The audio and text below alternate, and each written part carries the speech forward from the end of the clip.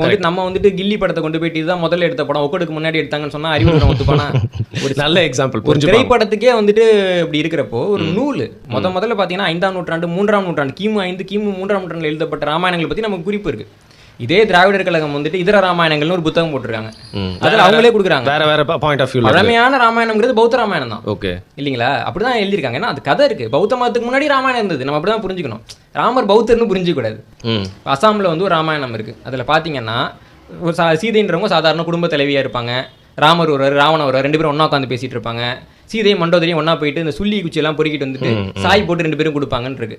அசாம்காரன்ட்ட போயிட்டு நம்ம ராமாயணத்தை சொன்னோம்னா என்ன அது வேற மாதிரி எழுதிட்டீங்க, தப்பா இருக்கு அப்படின்னு சொல்லுவாங்க இல்லைங்களா? அப்போ ஒவ்வொரு மக்களுக்கும் ஒரு கதை இருக்கு. கர்நாடக ராமாயணத்துல போய் பார்த்தீங்கன்னா லட்சுமணன் தான் கதாநாயகன். அதே மாதிரி தாய்லாந்துல பார்த்துட்டீங்கன்னா அனுமார் வந்து எல்லாத்தையும் பண்ணிட்டு இருப்பாரு இல்லைங்களா? ஆனா கம்பராமாயணத்துல என்னன்னு பார்த்தீங்கன்னா பரதனை வந்து மிக முக்கியமான ஒரு கதாபாத்திரமா கம்பர் எடுத்திருப்பாரு. அதுக்கு ஒரு உளவியல் இருக்கு. வால்மீகி வந்து ராமாயணத்துல வந்து பரதனை பெருசா